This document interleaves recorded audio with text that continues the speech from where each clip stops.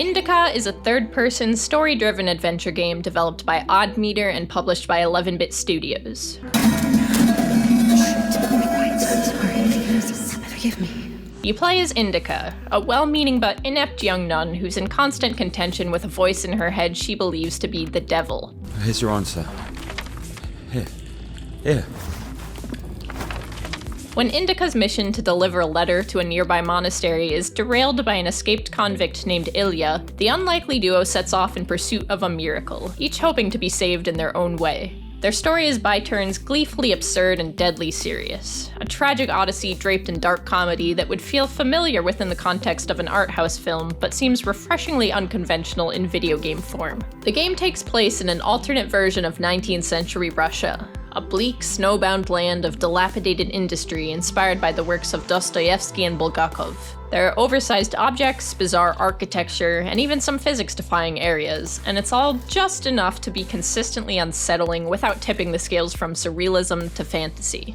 As Indica, the player must navigate the world via environmental puzzles, things like employing a well-placed ladder or crate to reach higher ground, teaming up with Ilya to coordinate a network of moving platforms, or, my favorite, holding and releasing the prayer button to alternate between two versions of reality. Though none of the puzzles are particularly challenging or robust, there's enough variation to keep the player on their toes and prevent any one format from getting stale. The game also incorporates several light action sequences, steering a bike, running from a dog, dodging fish on a rotating dryer, and more. And, as if that wasn't enough, flashbacks to Indica's troubled past are conveyed through a series of colorful, pixel art mini-games. How a player reacts to this sort of gameplay grab bag is a significant factor in whether or not they'll enjoy the Indica experience. Is it a lack of focus and depth, or a delightful exercise in diversity? Personally, I'm inclined to go with the latter.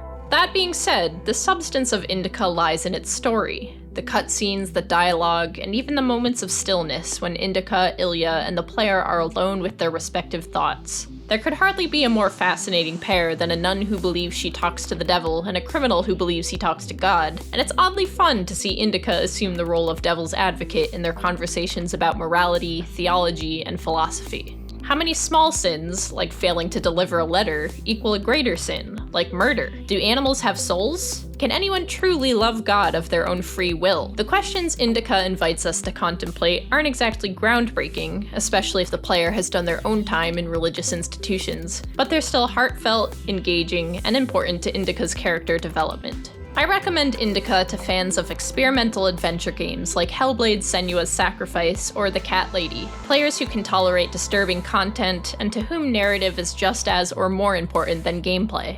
My playthrough took approximately 4 hours, and while I can't say I enjoyed every minute, the many moments I did enjoy made the journey more than worth it.